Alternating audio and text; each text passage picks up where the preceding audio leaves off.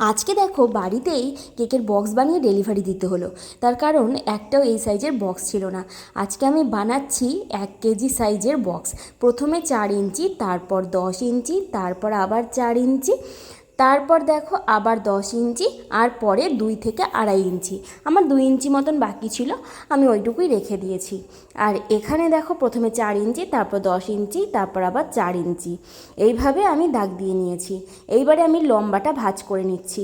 প্রথমে দেখো 4 ইঞ্চিটা ভাঁজ করে নিচ্ছি। আমার বাড়ি থেকে এইসব কেক ম্যাটেরিয়ালসের জিনিস আনতে যেতে হয় 2-2.5 ঘন্টা রাস্তা পার করে।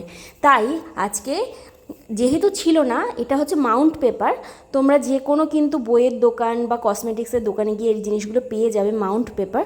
এটা দিয়েই আজকে আমি বানিয়ে নিচ্ছি। তো ওই যে 2 ইঞ্চি যেটা এক্সট্রা ছিল সেটা ভাঁজ করে নিলাম, আর তারপর ওই দিকটা পুরোটা ভাঁজ হয়ে গেছে, এই দিকটা করে নিচ্ছি।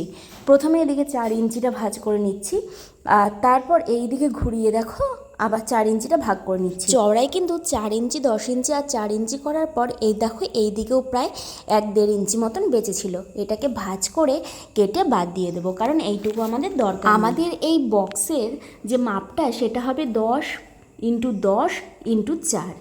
ঠিক আছে, তো দেখো এইটুকুকে আমি কেটে বাদ দিয়ে দিচ্ছি।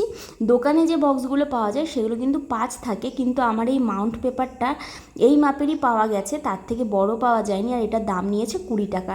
এমনি কিন্তু নর্মালি বক্সের দাম অনেক কম পারে, এটাতে কিন্তু অনেকটাই বেশি পড়েছে। কিন্তু আমি এই যে সুবিধাও হয়েছে যে হঠাৎ করে কেক অর্ডার এসছে আর বক্স ছিল না, আমি কিন্তু এভাবে ডেলিভারি করতে পেরেছি। এবারে দেখো ওইদিকে মাথাটা আমি কেটে নিয়েছি, আর এবারে এই যে যেগুলো দাগ দেওয়া ছিল সেগুলোকে দেখো আমি কোন দিক থেকে কাটছি, একটু ভালো করে দেখে নাও তোমরা, তাহলে কিন্তু বুঝতে পেরে যাবে। এই যে মাঝখান থেকে কেটেছিলাম, এবার এটাকে স্ট্যাপলার করে নিচ্ছি। দেখো অলরেডি কিন্তু তোমরা বুঝতে পেরে গেছো যে একটা বক্সের সাইজে চলে এসছে। এদিকটাও স্ট্যাপলার করে নিলাম, এদিকটাও দেখো করে নিচ্ছি সেমভাবে। এবারে এই দিকটাও করে নিচ্ছি, ব্যাস 4 কোণা করে নিয়েছি। আর দেখো আমার কিন্তু বক্স রেডি হয়ে গেছে।